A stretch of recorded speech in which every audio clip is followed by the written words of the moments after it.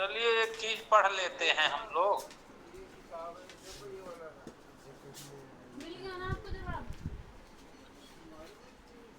जो महत्वपूर्ण है, प्रायः लोग असमंजस में रहते हैं इस पे, क्या करें क्या ना करें।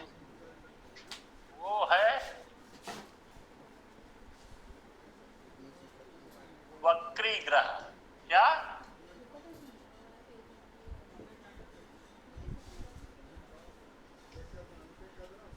वक्री ग्रह, ठीक।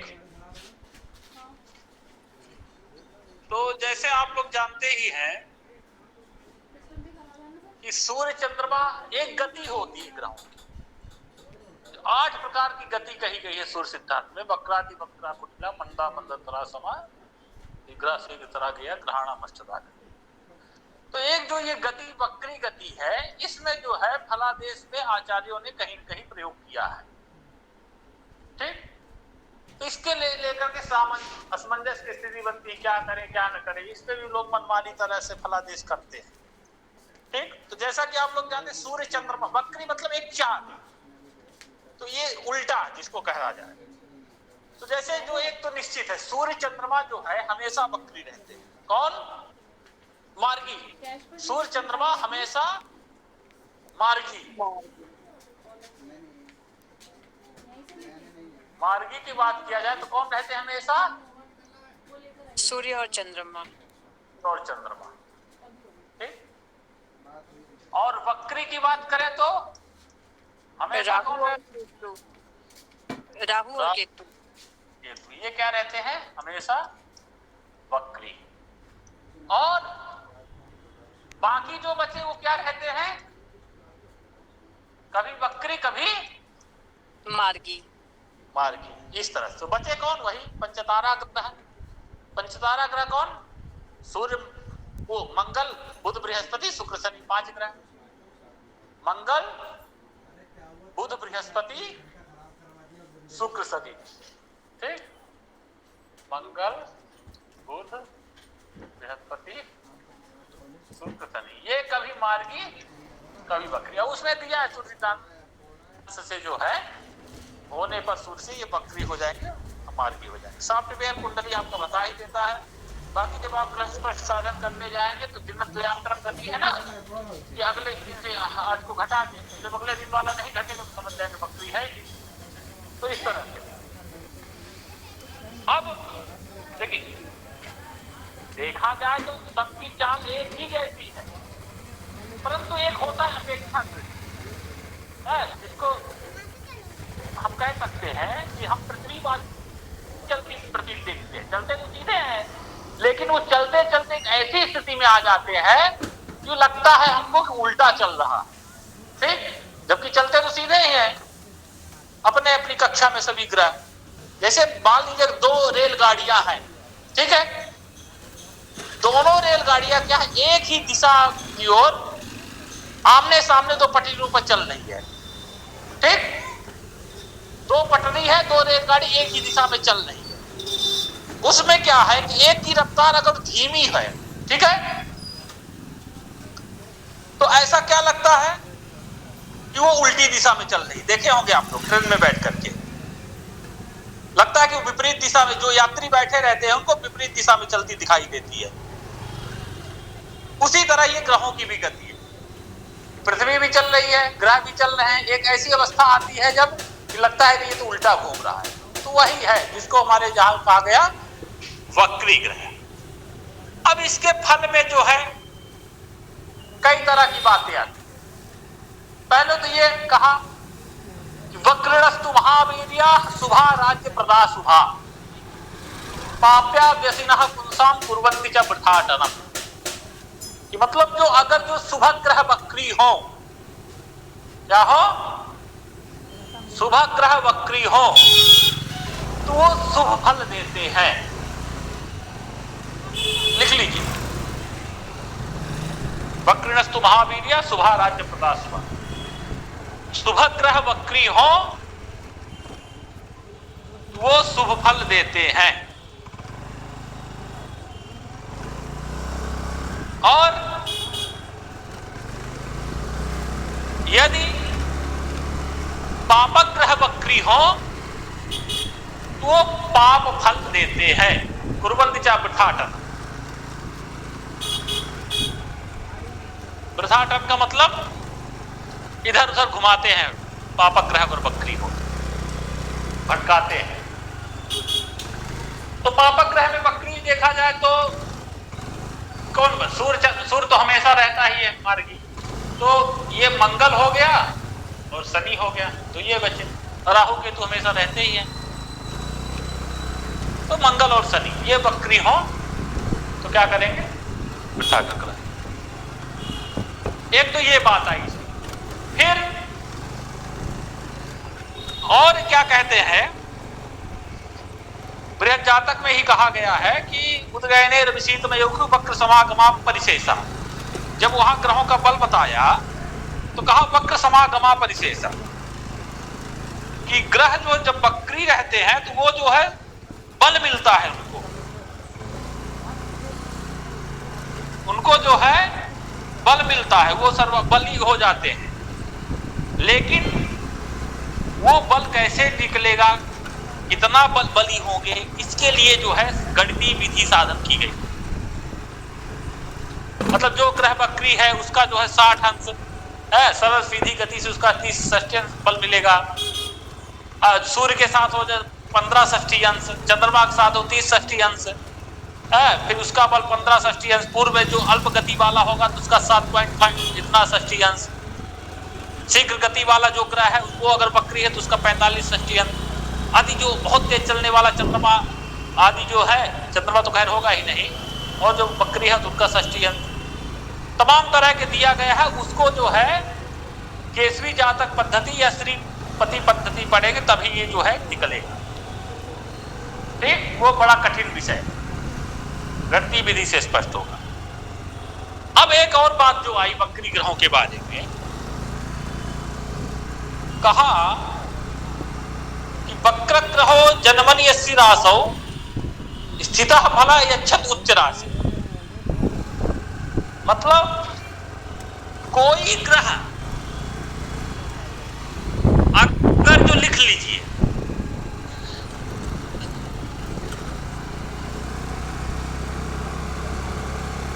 यदि जन्म कुंडली में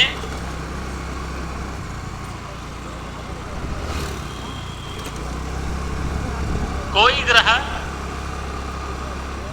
नीच राशि में स्थित हो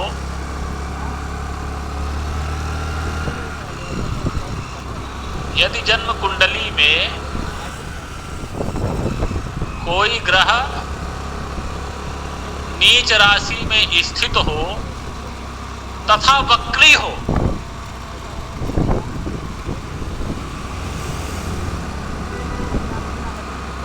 तो उसका फल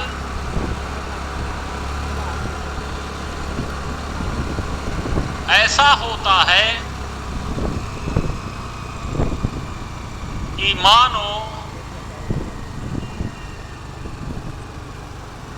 यदि कोई ग्रह जन्म कुंडली नीच राशि में स्थित हो तथा वक्री हो तो उसका फल ऐसा होता है कि मानो वह अपनी उच्च राशि में स्थित है। ठीक, अब इसी का उल्टा कर लीजिए। यदि कोई ग्रह वक्री हो, उच्च राशि में स्थित हो, तो वह नीच राशि में रहने का फल देता है।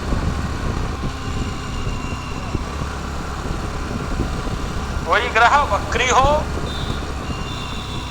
उच्च राशि में स्थित हो, तो वह नीच राशि में रहने का फल देता है।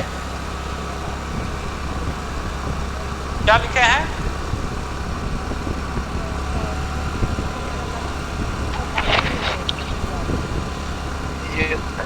जन्म कुंड में यदि कोई ग्रह नीच राशि में स्थित हो तथा वक्री हो उसका फल ऐसा होता है मानो जैसे वो उच्च राशि में स्थित हो।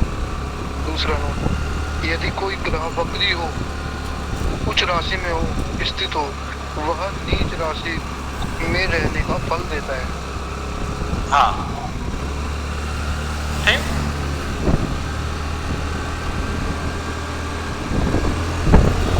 बात आई समझ में? मतलब कोई ग्रह उच्च का है, वक्री है, तो फल किसका देगा? नीच का। और कोई नीच ग्रह वक्री है तो वो फल किसका देगा? उच्च का। ठीक। और उच्च का नीच का फल क्या है? वही बता दो, सूर्य पूर्ण बलम गया, उच्च में रहेगा तो पूर्ण फल, नीच में रहेगा तो शून्य फल। इस तरह से बात आई समझ में? जी। जैसे मान लीजिए वृश्चिक लग्न में जन्म है,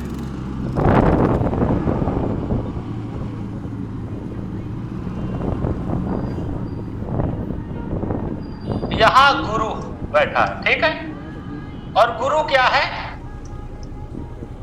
वक्री है। ठीक। अब देखिए यहां पे क्या, वृश्चिक लग्न में गुरु क्या है? वक्री नीच का है। है। नीच का है, वक्री है। ठीक। अब पुत्र का भी कारक है कि नहीं? जी पंचम। तो अब यहां पे क्या होगा? कहेंगे पंचमेश नीच का हो गया है, लेकिन अब यहां पे क्या वक्री होने करेंगे? का, वक्री हो गया गुरु जी तो उच्च राशि में स्थित होने का फल देगा गुरु जी। हाँ, कहा गया है कि स्थिता फलः यच्छति उच्च राशि स्वकीय उच्चे तुषयो वक्र सनीच राशि फलवाम। तो यहाँ पे पंचमेश हो करके बृहस्पति क्या होगा? वो पुत्र का फल देने लगेगा, पुत्र की संख्या में वृद्धि करेगा। हालांकि अब तो पुत्र की संख्या में पहले होता था कि कई पुत्र कह सकते थे, लेकिन यहाँ पे मतलब संतान देने वाला होगा, उसको हम नीच का नहीं कहेंगे। ठीक। अब यही देख लीजिए, इसको जो है थोड़ी देर के लिए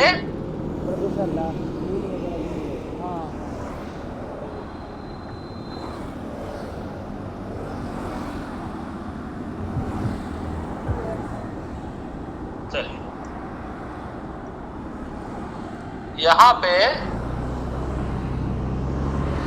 ये कर दीजिए, गुरु को यहां बैठा दीजिए और गुरु यहां पे रह के वक्री हो गया। तब यहां पे क्या कहेगा? पंचमेश भी है गुरु, तब कैसा फलादेश करेगा? संतान सुख में कमी करेगा। संतान सुख में भी कमी करेगा गुरु जी, और द्वितीय भी है तो गुरु जी क्या धन में भी ह्रास करेगा? क्या धन में भी ह्रास करेगा गुरु जी? हाँ। गुरु जी द्वितीय भी है ना गुरु? हाँ, तो वो क्या भी धन संबंधित भी कुछ उसका वो करेगा? धन परिवार कुटुंब का भी कमी। हाँ। अब बात क्या है ना, यहाँ पे देखिए वक्री होकर इसका है तो विद्या की कमी भी, बात क्या है यहाँ पर जल धनुधर योग भी है, ठीक है, तो कठिनता से मान लीजिए एक पुत्र की प्राप्ति करा देगा किसी न किसी प्रकार से। तो यही इसका फल है, वक्री ग्रहों का फल। कि हम ये नहीं कह देंगे बृहस्पति जो है उच्च का है, उच्च होते हुए क्या है? वक्री है। तो आप उसको बहुत अच्छी स्थिति मत मानिए, यार उच्च का है बृहस्पति, भाग्य स्थान में लक्ष्मी योग ये बना रहा है, ऐसा नहीं कह सकते। कहीं ना कहीं वो फल में न्यूनता लाएगा। ठीक। अब देखिए यही मान लीजिए गुरु यही बैठ गया वक्री होके, तब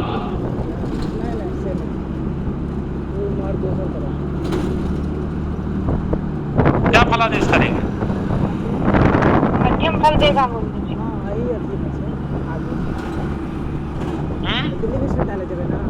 स्वग्रह कुछ अपने खुद की राशि में बैठा है कुछ तो मध्यम फल देगा, कुछ वक्री भी है।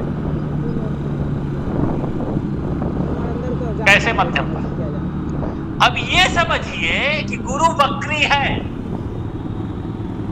लेकिन कहां पे है? अपनी जो नीच राशि है उसके समीप है कि नहीं? जी हाँ। तब क्या फलादेश करेंगे? अच्छा फल देगा। अच्छा फल अच्छा फल देगा, कर दे, अच्छा फल कर देगा। क्योंकि नीच के समीप है ना। तो जी इस गुरुजी। तरह से, हाँ, इस तरह से विवेक का प्रयोग करके फलादेश करेंगे।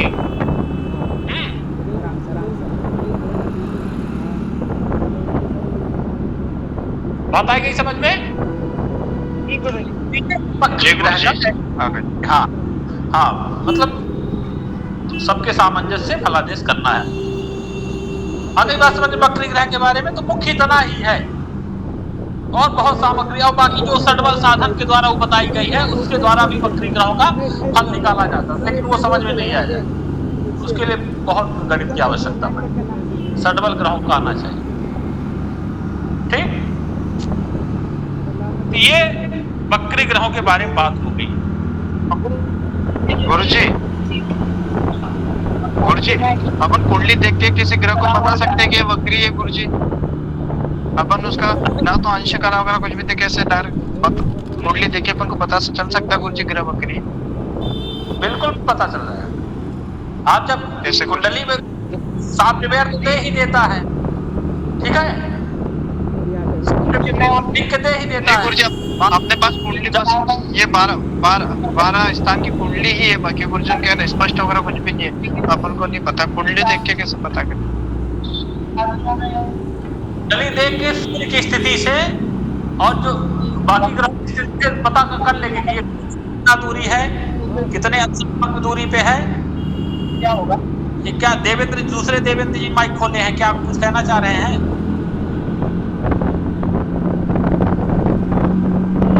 नहीं गुरुजी, मेरा देवेंद्र व्यास का प्रश्न था गुरुजी। एक और देवेंद्र माइक खोल कर कर रहे हैं। हाँ, तो वो पता चल जाएगा। सूर्य की स्थिति देखिए और बाकी ग्रहों की स्थिति देखिए, आपको पता करना है कि उसमें अंशात्मक दूरी से ये पता चल जाएगा कि क्या कैसे बकरी है कि नहीं। वो दिया है सूर्य सिद्धांत में, पढ़ा गया है कि इतने अंश पे दूरी पे रहने पर जो है ये ग्रह बकरी हो जाते हैं, गणती भी थी। लेकिन हम फलित पढ़ रहे हैं ना हम लोग। तो ये आपको ये तो भाव साधन बताया नहीं, कैसे ये गुरु यहाँ पे कैसे बैठता है, ये तो बताया नहीं हमने, है कि नहीं? क्योंकि ये काम आपका सर्टिफिकेट दे रहा है, और वो कुंडली आप लोग सीख ही रहे हैं, उसमें आपको पता चला कि गुरु यहाँ बैठा कर्क राशि में, लेकिन कर्क राशि में ऐसे थोड़ी आके बैठ गया। बैठने से पहले जो गणित पढ़ रहे हैं तो जान रहे होंगे कि कैसे बैठता है। आसानी से नहीं बैठा कि डेट ऑफ बर्थ डाले बैठ गया, कहां से कहां साधन करके वहां पहुंचना पड़ रहा है कि नहीं? जो लोग कुंडली क्लास, हाँ, तो वो बात हो, यहाँ हम फलित पढ़ रहे हैं हम लोग, ठीक है, पता चल जाए कुंडली से देख करके कब क्या कैसे, कब का डेट ऑफ बर्थ है कितने, ये कुंडली केवल चक्र है आपके सामने, आप उसका सब निकाल सकते हैं कि जातक का कब का डेट ऑफ बर्थ होगा, कितने बजे का, दिन का है कि रात का है, किस पक्ष में है, कितने है, कौन से पक्ष की कौन सी तिथि है, सब पता चल जाएगा, कोई बड़ी बात नहीं। ऊपर जी अगर अस्त दोनों ही हो ग्रह तब भी यही फलादेश रहेगा। अस्त का, अगर अस्त भी हो और बकरी भी हो, बकरी का अपना अलग फल रहेगा, अस्त का अपना अलग फल रहेगा, ठीक है। अब आपको देखना है कि अस्त ग्रह है कौन, ठीक। देखिए अस्त कब होते हैं, सूर्यास्तमनम सह, सूर्य के साथ ग्रह होने से क्या होते हैं, सूर्य के साथ कोई ग्रह ना अस्त होता है। अब वो गणती विधि बताई भास्कराचार्य ने, कालांश पढ़ा उन लोगों ने, दस्तरेन्द्रवा शैल भुवस्य शक्रः रुद्राक्ष चंद्रा तृतीय क्रमेण, ये ग्रह इतने अंश के अंतर पे हो, इतने अंश के, तो ये अस्त होगा। तो अस्त का मतलब ये कहा, सूर्य समझना होगा थोड़ा, ठीक। अस्त मतलब है क्या है? अस्त से हम क्या समझे, तो सूर्य क्या है, प्रकाशक ग्रह है, ठीक। एक बहुत बड़ा हाइलोजन है, ये समझिए। अब उस हाइलोजन के सामने मोमबत्ती जलाएंगे, कोई फर्क पड़ेगा? मोमबत्ती तो कोई नहीं देखेगा, ना उसका प्रकाश नहीं समझ में आएगा। दिन में आप, दिन है, धूप है, और कहें कि अंधेरा है, दीपक जला ले, तो कोई मतलब होगा? उसी तरह अस्त ग्रह क्या होते हैं, सूर्य के समीप आ जाने से, राजा के समीप आ जाने से अस्त हो जाते हैं। तो अस्त होने का मतलब ये नहीं कि उनका अस्तित्व ही खत्म हो गया। अब डिपेंड करता है कौन ग्रह अस्त है। ठीक, हमने शायद बताया था, इसकी चर्चा की थी ना। मान लीजिए मोदी और योगी जी एक मंच में है, ठीक, तो हमारा ध्यान किस पे रहेगा? मोदी जी पे रहेगा, क्योंकि मोदी जी राजा है, सूर्य है। अब वो है, योगी जी तो उतना नहीं रहेगा लोगों का ध्यान, न योगी जी अपनी वहां पे ज्यादा मनमानी भी कर सकते हैं। लेकिन इसका मतलब ये थोड़ी कि योगी जी का अस्तित्व ही खत्म हो गया, ऐसा भी नहीं है। ठीक, तो वही मान लीजिए सूर्य के साथ चंद्रमा है, तो चंद्रमा का अस्त, बुध का इसीलिए कहा, जहां तक बात जानते हैं, बुध का अन्य ग्रहों का अस्त दोष लग सकता है, लेकिन बुध का अस्त दोष नहीं लगेगा। क्यों? क्योंकि सूर्य राजा है और बुध राजकुमार है, और बुध तो हमेशा सूर्य के आसपास ही रहता है, तो उसका अस्त दोष क्या? इसीलिए कहा अगर बुध जो है मूल त्रिकोण राशि अपनी राशि में हो तो उसका अस्त दोष नहीं लगता, क्योंकि राजकुमार है ना, राजा के साथ राजकुमार है, उतना ही पावरफुल रहेगा, जितना राजा है उतना राजकुमार भी रहेगा। अब हाँ, अब मान लीजिए सूर्य के साथ हो जाए शनि अस्त हो जाए, तब तो फर्क पड़ेगा। क्यों? शनि क्या है? शत्रु है। शुक्र अस्त हो जाए, वो भी जो है तब भी उसका फल, ठीक है। हाँ, मोदी के साथ कौन हो जाए? अखिलेश यादव, राहुल गांधी, तब जो है, हाँ, तब वो अस्त होंगे। बात आई समझ में? इस तरह फलादेश करेंगे, ये नहीं कोई अस्त हो गया तो अस्तित्व खत्म। शत्रु ग्रह अस्त हो तब कुछ फर्क आता है फलों, बाकी इस तरह का अस्त हो तो फिर उतना वो नहीं। तो ये भी फलादेश में हम ध्यान रखें। यदि मंगल अस्त हो तब, यदि मंगल अस्त हो तब भी वो प्रभाव पड़ेगा उसका। हाँ, अब ये देखना है मंगल क्या है। मंगल की प्रकृति को, मंगल है क्या? सेनापति है ना, बोलिए। जी जी जी, सेनापति है, और राजा कौन है? सूर्य है। सूर्य है। तब अस्त कब होगा मंगल? जब सूर्य के समीप जाएगा। ठीक है जी, मैं समय भेज दूंगा कि कितने अंश पे कौन ग्रह अस्त होते हैं। ठीक है, 10 तो मंगल सेनापति है। अस्त कब होगा? जब सूर्य के साथ राजा के पास जाएगा। तो क्या उसका अस्तित्व खत्म कहेंगे? नहीं, क्योंकि वहां पे सेनापति है राजा, तो राजा के रहते सेनापति कैसे क्यों करेगा? थोड़ा अपना मनमानी नहीं चला पाएगा ना, करेगा काम मजबूत उतना ही रहेगा है। जब राजा अपना करेगा, फल देगा, तो सेनापति। अब पता लगा राजा ही निर्बल है, अस्त है, और फिर वो भी अस्त हो गए, तब तो फिर निष्फल हो जाएगा ना, फिर कोई ये नहीं कर पाएगा। एकदम जो है क्या रहेगा? निसहाय हो जाएगा। हेलमेट शॉप लिखल है, ठीक, अपना फल नहीं दे पाएगा वहां पे। और राजा कमजोर है, राजा मजबूत है अगर जो, और सेनापति मंगल जो है भी मजबूत अस्त है, तब तो अच्छा फल देगा। लेकिन राजा ही कमजोर हो गया, अब मंगल वहां पे अगर अस्त दिख रहा है, तब तो हम मानेंगे। आई बात समझ में? जी गुरुजी। हाँ, तो इस तरह से फलादेश करते समय ये सब चीजें ध्यान रखना होगा। गुरुजी, राजा कमजोर से क्या अर्थ लगाएं? नीच का हो जाए, गोचरस्थ हो जाए। राजा कौन है? सूर्य गोचरस्थ हो जाए। गुरुजी एक चीज, बुध ज्यादातर कई बार कुंडलियों में देखते हैं अस्त भी दिखता है और वक्री भी दिखता है, ये कौन सी अवस्था होती है? कौन? बुध कई बार वक्री और अस्त दोनों दिखाई देता है कुंडली में। सॉफ्टवेयर पे जब देखते हैं तो अस्त और वक्री दोनों दिखाई देता है, तो ये कौन सी बुध की अवस्था होती है? वही अस्त अवस्था, वक्री अवस्था, और क्या? गुरुजी दोनों ही स्टार और उल्टा एरो लगा हुआ रहता है उसमें। स्टार उल्टा एरो ऐसा तो नहीं होगा। आप दिखाइए कोई कुंडली है इस तरह की, भी हो अस्त हो,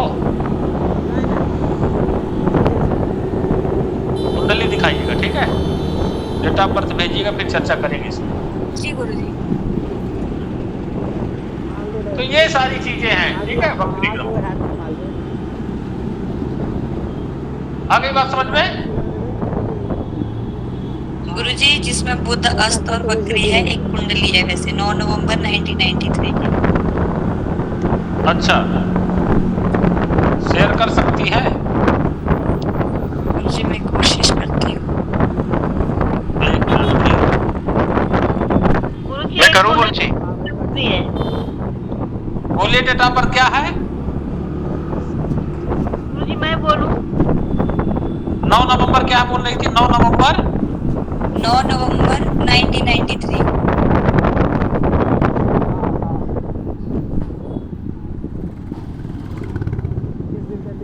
हाँ, टाइम टाइम शाम के 9 साढ़े 9 के आसपास।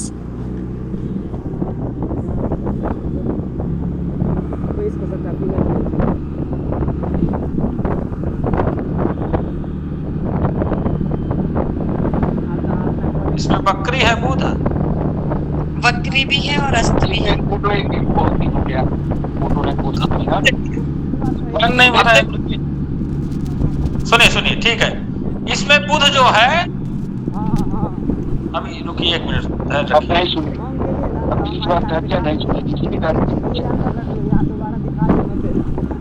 हेलो, नमस्कार।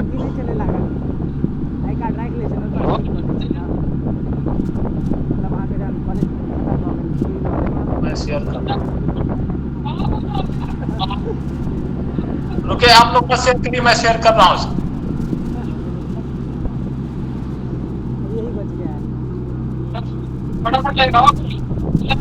ये बंद करिए माइक, 2-4 दिन और अच्छे से पढ़ लीजिए।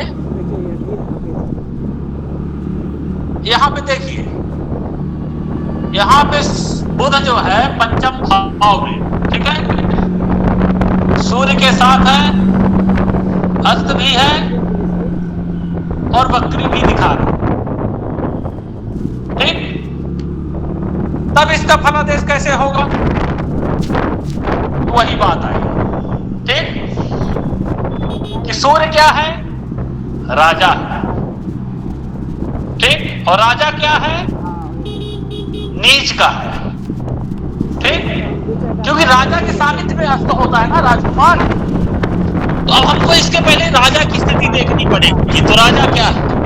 तो नीच है, लेकिन नीच भंग बन रहा है कि नहीं, बताइए। जिसने ये बताया कुंडली वो बताए। किसकी कुंडली थी? गुरुजी वो नीच भंग तब मैं क्लास नहीं ले पाई थी, इसलिए मुझे थोड़ा पता नहीं। वंदना है गुरुजी। इसीलिए आप प्रश्न पूछी, ली होती तो ये आपको प्रश्न न पूछती, ठीक है। अब यहाँ देखिए शुक्र का ये पुस्तक कैसे बनना चाहिए गुरुजी, क्योंकि जब सूर्य उच्च का रहता है, मेष राशि मंगल चंद्रमा से केंद्र में है गुरुजी। ठीक, सूर्य नीच का है, उच्च का रहता है मेष राशि में, मेष राशि का स्वामी मंगल चंद्रमा से केंद्र में, चंद्रमा से केंद्र में है। इस राशि नीच का है, उस राशि के स्वामी से युक्त, तो सूर्य क्या है यहाँ पे, क्या हो गया? नीच भंग बन रहा है, ठीक है, दोनों प्रकार से। ऊपर से देखिए 3 शुभ ग्रहों का, शुक्र गुरु बुध, तीनों ये साथ में हो गए, है कि नहीं? तो इस प्रकार से यहाँ क्या होगी? इसकी शुभता आ गई।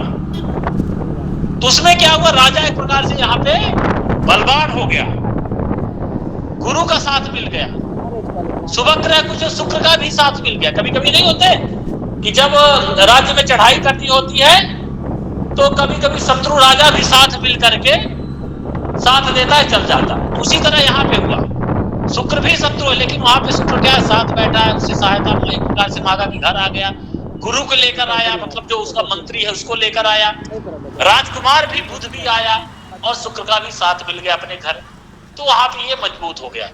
तो अब ऐसे में जब हम फलादेश करेंगे कि बुध अस्त है, ये है, केवल अस्त मान करके, तब वहां पे आपका फलादेश सटीक नहीं होगा।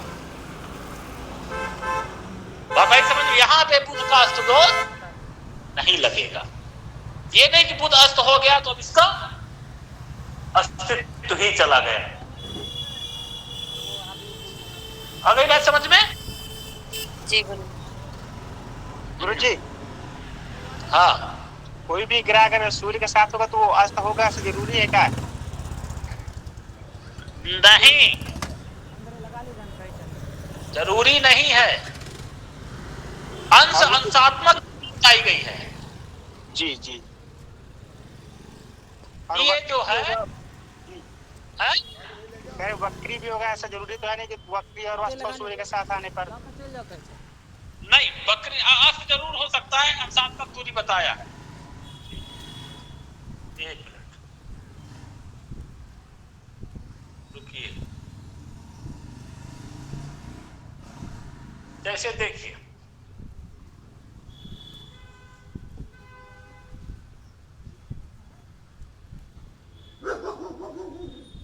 सूर्य और चंद्रमा,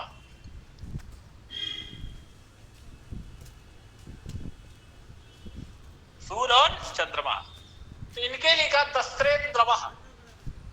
दस्त्र मतलब 2, इंद्र मतलब इंदु मतलब 1, 12। जब सूर्य चंद्रमा के 12 अंश के अंतर कम हो जाएगा तब जो है चंद्रमा अस्त हो जाएगा। ठीक, फिर आता है सूर्य मंगल, वे प्रैक्टिकल में होता है। दस्येन्द्रवः शैल भुवः 17 अंश। ठीक,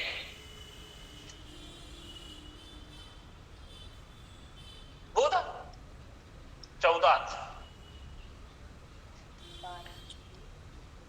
सूर्य बुध का अंतर जब 14 अंश से कम होगा तब बुध अस्त हो जाएगा।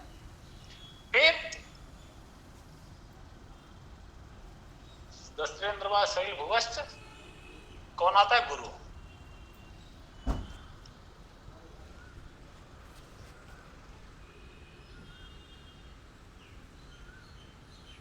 रुद्र 11 अंश। फिर सूर्य शुक्र खचंद्रा, ख मतलब शून्य, चंद्र मतलब 10 अंश।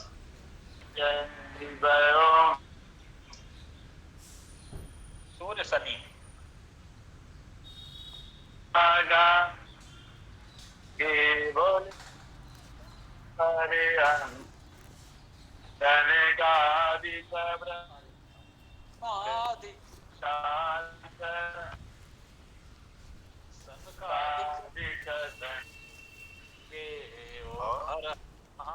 हर हर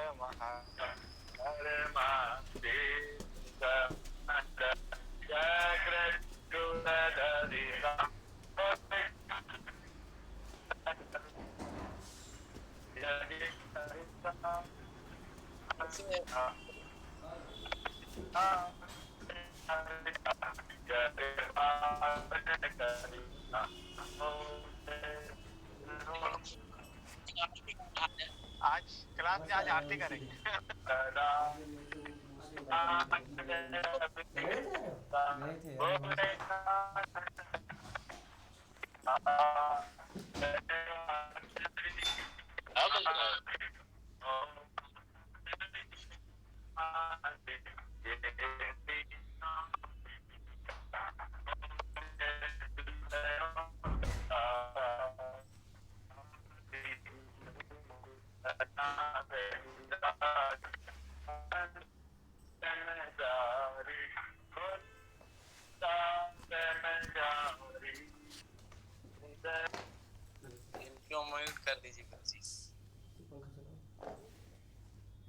चलिए, हो गई बड़का म्यूट।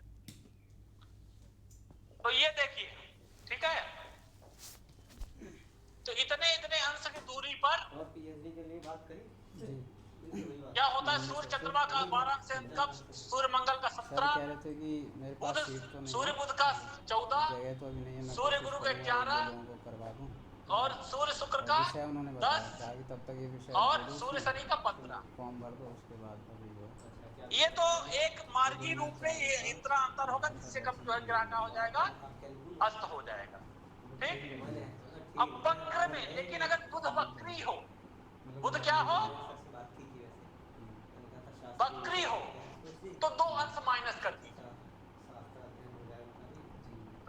जाएगा 12, और शुक्र में भी 2 माइनस कर दीजिए, कितना हो गया 8। बात आई समझ में? मतलब अगर बुध वक्री जब रहेगा तब वो 12 अंश से अंतर में क्या हो जाएगा, अस्त हो जाएगा, और जब शुक्र वक्री रहेगा तो 8 अंश पे वो हो जाएगा। बात आई समझ में? इतना लिख लिया आपने। अब चलिए देखते हैं, अभी जो कुंडली थी इसमें हम देखते हैं बुध अस्त था और वक्री भी था, तो कितना अंश है। अब देखिए सूर्य का देखिए अंश कितना है, कुंडली नहीं दिख रही, कुर्सी स्क्रीन नहीं दिख रही आपकी। देखिए त्रयंश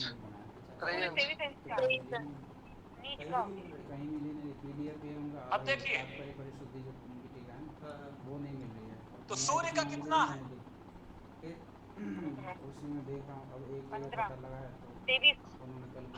अंश देखिए सूर्य का का 23 है, बुध का 15 है,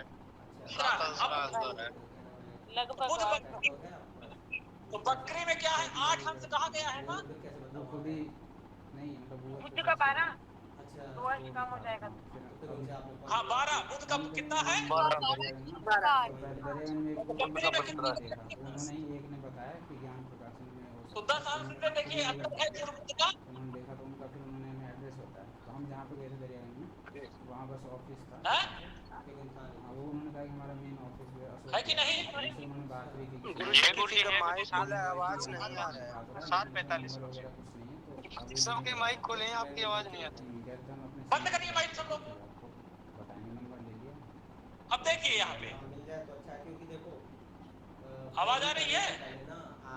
जी गुरुजी। आपने लिखा है कि सूर्य और बुध का अंतर 10-12 अंश से हो, कम हो तो वो अस्त हो जाता है, लेकिन वक्री में 2 अंश कम करके मतलब 10 अंश। तो यहाँ पे देख रहे वक्री है बुध, ठीक, यहाँ पे क्या है 14 अंश बताया था ना, बुध का 14 अंश, हाँ ठीक, तो 14 अंश मतलब यहाँ 12 अंश हम देखेंगे। तो अब देखिए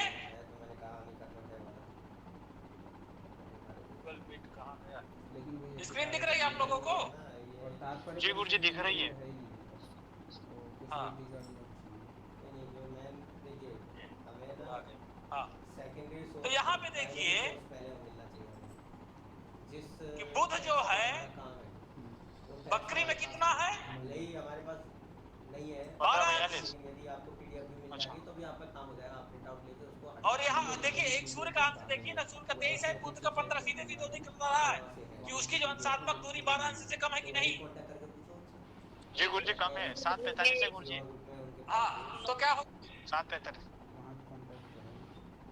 तो अस्त हुआ जी। कुछ मंडली पे है, हाँ, बस एक ही इसी तरह से देखना है सभी ग्रहों का।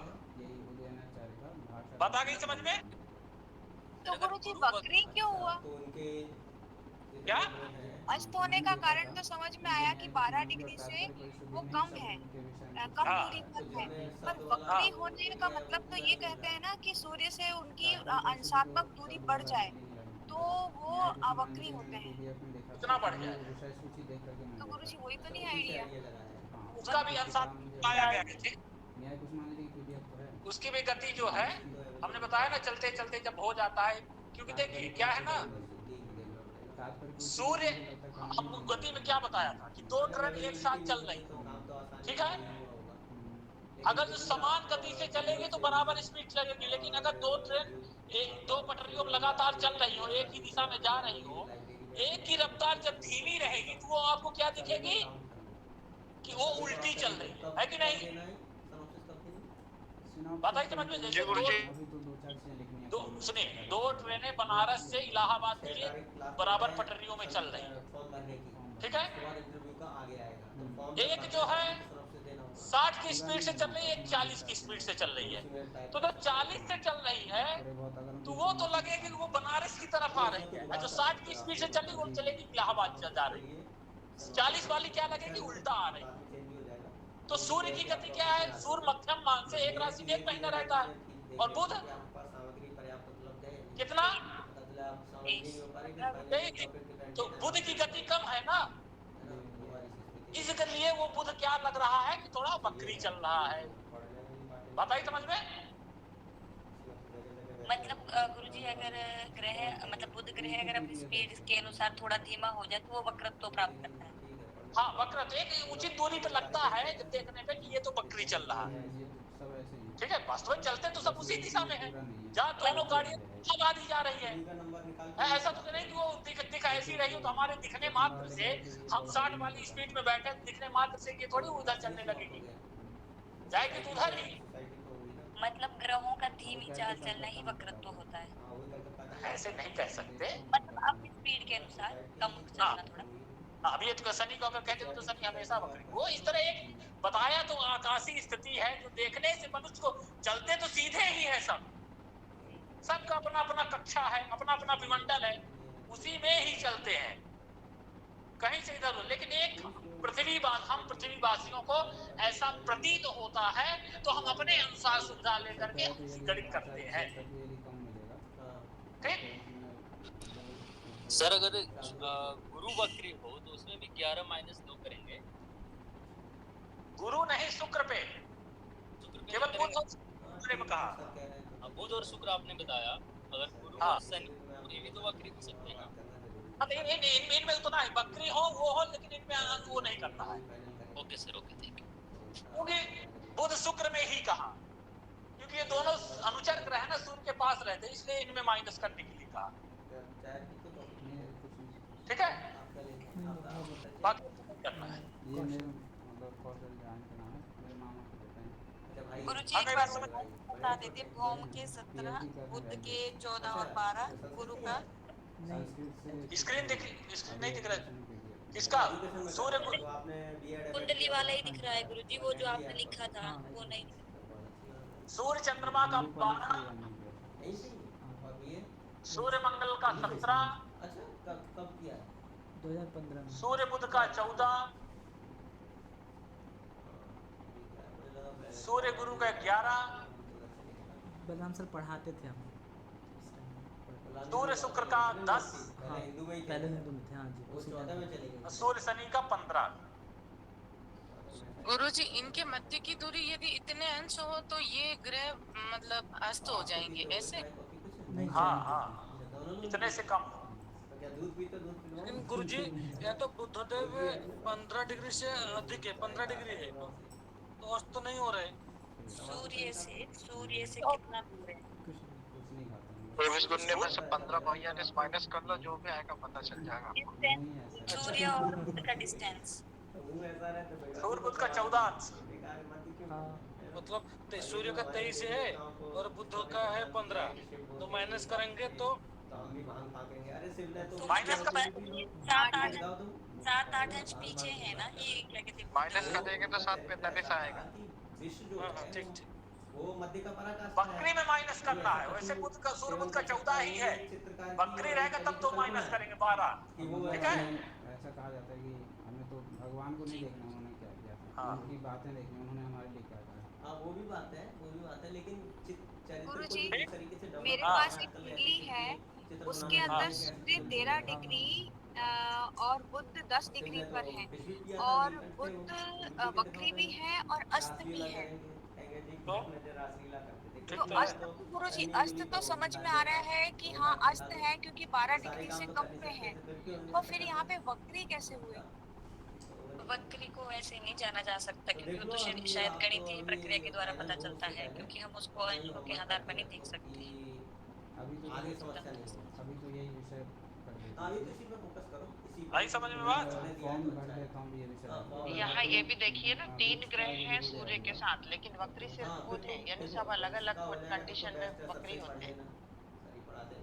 हाँ, वक्रत्व की कंडीशन अलग होती है, गणितीय गति से ही पता चलता है, वो ऐसे नहीं पता लगेगा कि जैसे सब ग्रहों का परिभ्रमण पता अलग है और उनका वक्री जो पॉइंट रहता है वो सबका अलग अलग है, क्यों कौन सा ग्रह किस जगह पे जाकर कहाँ वक्री होगा, है ना गुरुजी? हाँ।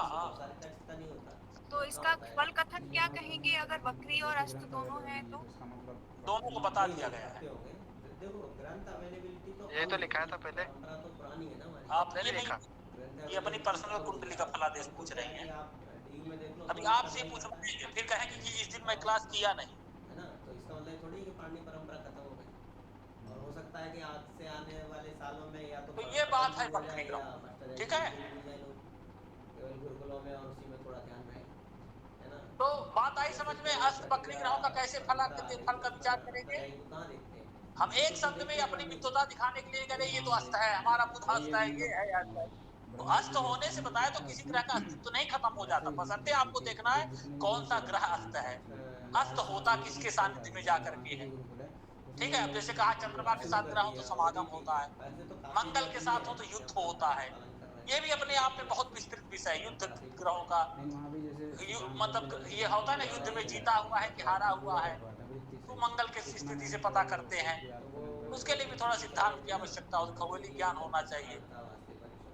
वो भी अपनी फलादेश में महत्वपूर्ण भूमिका निभाता है। पराजित ग्रह और विजित ग्रह, ग्रह हारा हुआ है लेकिन कुछ कि जीता हुआ है, ये भी चलता है गणितीय विधि से। फिर समागम भी देखेंगे, चंद्रमा के साथ ग्रहों समागम है, उसको भी देखेंगे क्या कैसे कौन ग्रह कैसे किसके साथ समागम हो रहा है। ये सब सारी ये सब व्यक्तिगत कुंडली में भी देख सकते हैं कि ये समष्टिगत फलादेश के लिए होते हैं, ये युद्ध वगैरह जो पराजित ग्रह वगैरह व्यक्तिगत के लिए भी होता है। अपने अपने कक्षा में भ्रमण करते हुए जो ग्रह सूर्य के पीछे चला जाता है वो अस्त रहता है, और फिर जो उसकी चाल से आगे निकल जाता है तो फिर उदित हो जाता है। चाल से आगे मान लीजिए सूर्य 22 अंश पे है, अब बुध जो है चाल से आगे 23 अंश पे पहुंच गया तो उदित हो जाएगा। नहीं, वो ये जो दशेंद्र वासल भुवश्च सक्रा, इस श्लोक का जो बताया गया इसको पालन करते हुए गुरुजी। हाँ वही जी जी जी गुरुजी। तो ये बात है, ठीक है। सामान्यतः वक्री ग्रहों पे लोग मनमानी फलादेश नहीं देना है हमको, बशर्ते देख लेना है क्या कैसे है। अब ये नहीं कि नीच में हो गया ग्रह तो लगेगा अपना उच्च का ही पूरा फल देने, उसके सामंजस्य से फलादेश करेंगे, किस भाव में है, किस भाव में कौन सा भावेश है, वो सब देख करके तब फलादेश करेंगे। एक चीज को पकड़ के कभी फलादेश नहीं कह सकते, ठीक है। अब जैसे ये भी देखिए फलादेश में एक ये भी नियम अपनी महत्वपूर्ण भूमिका निभाता है। स्क्रीन दिख रहा है, जय गुरुजी। जैसे देखिए यहाँ पे हमको फलादेश करना हुआ है किसी ग्रह का, तभी से परिचय है आपका, मैंने कहा वैसे ही कहीं से परिचय हो ठीक गया। है। अब मान लीजिए यहाँ हमको फलादेश सामाजिक करना कार्य में हुआ ज्यादा रहते हैं, क्लास में कहाँ रहते हैं लोग। चतुर्थेश का, तो चतुर्थेश देखिए क्या है, अष्टम में बैठा है, ठीक। लेकिन जिस राशि में बैठा है उस राशि का स्वामी कहाँ बैठा है? पंचम भाव में मंगल। हाँ, तो ये एक अच्छी स्थिति मानी जाती है। यहाँ चंद्रमा को ये हम नहीं कहेंगे कि अष्टम भाव में है बैठा है तो खराब हो गया। उस भाव का स्वामी भी, वो उस भाव का स्वामी 6, 8, 12 में न बैठे, उनके क्लासमेट है, ठीक। जैसे अब मान लीजिए यहीं पे शनि को लेते हैं, तो दशमेश होके शनि कहाँ बैठा है, एकादशेश होकर के षष्ठ भाव में। लेकिन जिस भाव में बैठा उस भाव का स्वामी तो 6, 8, 12 में नहीं बैठा है। दृष्टि में जा रहे हैं, बाकी अनुकूल है सारे आचार्य नहीं, इसलिए अच्छा होगा। आप बिल्कुल लेकिन यहाँ इसके लिए गड़बड़ा जाएगा मामला। अब देखिए बुध कहाँ, आपका लक्ष्य है भी नहीं, तृतीय और षष्ठेश होके बुध कहाँ बैठा है, नहीं एकादश पढ़ लेना, लेकिन भाव का स्वामी 6 में बैठ गया। नहीं, लेकिन फिर ये देखो जितना अपना ध्यान विस्तृत हो उतना अच्छा है। बस ये ध्यान रखना। हाँ छठे से ध्यान छठा तो ध्यान है। हाँ वो तो हुआ, वो आप खल महायोग पढ़े होंगे, ठीक है। परिश्रम लेकिन शास्त्र में होगा, इतना ही ध्यान ये बुध के और लिए सर से ठीक काफी नहीं बात हुई हुआ, है तो ठीक है, अच्छा ही होगा। लेकिन क्योंकि बुध तो गया वहां पे बैठे, लेकिन उस भाव का स्वामी 6-8 हाँ बस वही अध्ययन वाला है, वही उसी तरीके से ये बात बुध के लिए ठीक नहीं हुई। ठीक हाँ अगर वो न बैठा वहां पे तब ठीक रहता मामला। ये दो इसके लिए एक क्रिया मैं कहा जातक बाजार नहीं कहा कि भावेश प्रांत राशिस्ते दुस्ते भावेश दुर्लभम स्वेच्छे मित्र स्वरास्ते भाव पुष्टिम बदे दूंगा। लिखिए किसी भाव का स्वामी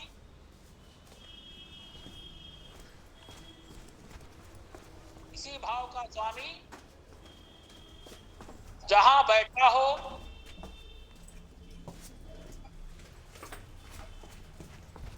किसी भाव का स्वामी जहां बैठा हो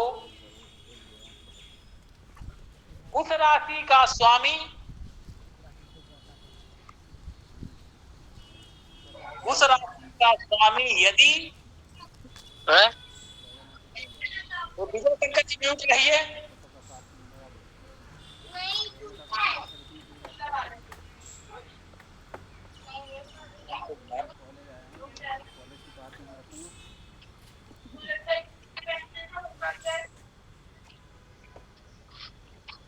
किसी भाव का स्वामी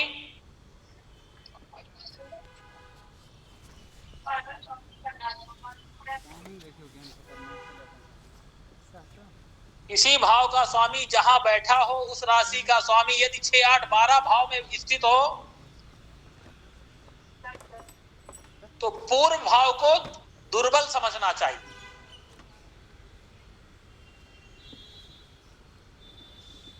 पूर्व भाव को पूर्ण भाव पूर्व भाव को दुर्बल समझना चाहिए। गुरु जी फिर से एक बार बोल दीजिए। किसी भाव का स्वामी जहां बैठा हो उस राशि का स्वामी यदि 6, 8, 12 भाव में स्थित हो तो पूर्व मतलब पहले भाव को दुर्बल समझना चाहिए।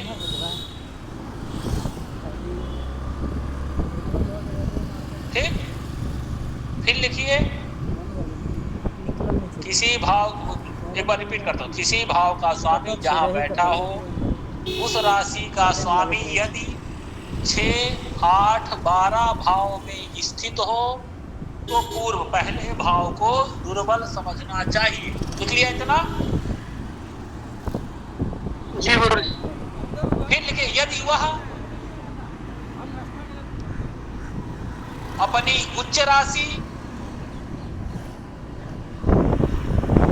मित्र ग्रह की राशि या अपनी राशि यदि वह अपनी उच्च राशि अपनी मित्र ग्रह की राशि या अपनी राशि में स्थित हो तो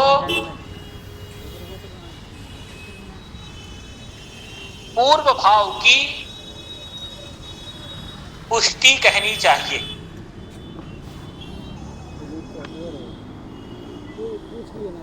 यदि वह अपनी उच्च राशि अपने मित्र ग्रह की राशि अथवा अपनी राशि में स्थित हो तो पूर्व भाव की पुष्टि कहनी चाहिए। जातक पारिजात में दिया है भावे क्रांत राशि दुस्ते भाव दुर्लभम स्वेच्छे मित्र राशि से भाव पुष्टि बदे देता।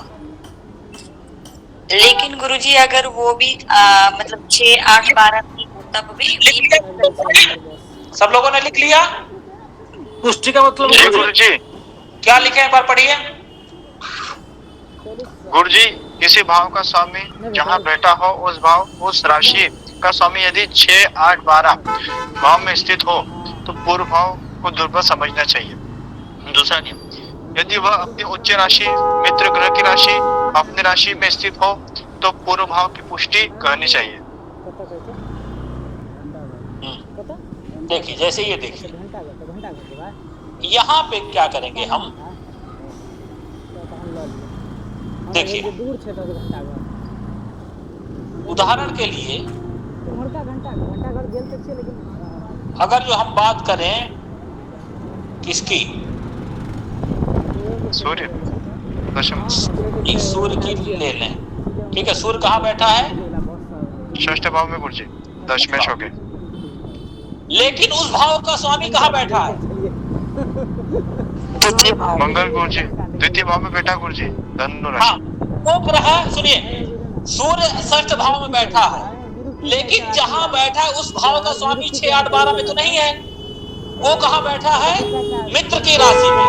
आपने लिखा है कि मित्र की राशि में बैठे, तो पूर्व भाव को अच्छा समझना चाहिए। तो पूर्व भाव कौन हुआ? हमारा दशम भाव, दशमेश। दशमेश कहाँ बैठा है? छठे में। सामान्य चीजें क्या आप लोगों ने पढ़ा भी है कि दशमेश 6 में बैठे, 6, 8, 12 में बैठे तो क्या होता है? दुर्योग होता है कि नहीं? लेकिन मात्र इतने से फलादेश नहीं, तो हमने कहा कभी भी एक शब्द को पकड़ के फलादेश नहीं करना है। ये जो अभी नियम लिखा है ये भी फलादेश में अपनी महत्वपूर्ण भूमिका रखता है कि सूर्य कहाँ बैठा है? छठे भाव में, तो हम तो दुर्योग कह देंगे, लेकिन नहीं। फिर हम देखेंगे जहां बैठा है जिस घर में, उस भाव का स्वामी भी तो 6, 8, 12 में नहीं बैठा है, तो नहीं। वो कहाँ बैठा है? वो बैठा है द्वितीय भाव में। तो नियम क्या हुआ कि पूर्व भाव की हम पुष्टि समझेंगे। तो पूर्व भाव हमारा कहाँ हुआ? कहाँ से शुरू किए थे? दशम भाव से। भाव मजबूत हुआ। अब दुर्योग का भी फलादेश करेंगे, इसका भी फलादेश करेंगे। अगर सूर्य दशम अरे गुरुजी को बोलने दो। अब यहाँ पे देखिए दशमेश क्या हुआ? दशमेश आप छठे में बैठ गया, आप इसको दुर्योग बता दिए। दुर्योग का आपने फलादेश भी लिखा कि अच्छा नहीं होता, लेकिन ये दुर्योग तब और खराब हो जाता जब वही मंगल 6, 8, 12 में बैठ जाता तब, ठीक। लेकिन यहाँ मंगल क्या अपने मित्र की राशि बैठा, तो पूर्व भाव की पुष्टि। तो पूर्व भाव हमारा कहाँ हुआ? पूर्व भाव कहाँ हुआ? दशम भाव वहां किए थे। लेकिन अगर मंगल 6, 8, 12 में स्वराशि में बैठा होता तब?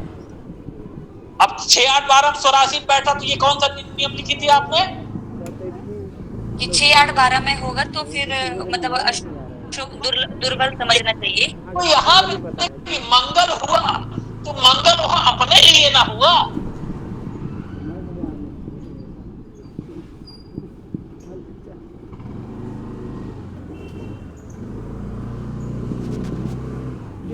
फिर आकर संस्कृत बोला वो भेट गल चला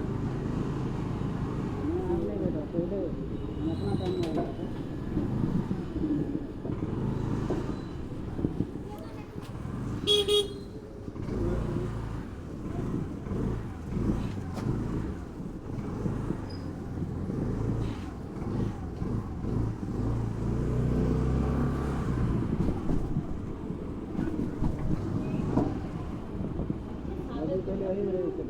अच्छा एक गली से बाहर भाव पे कि ना कि आप गलियों में घूम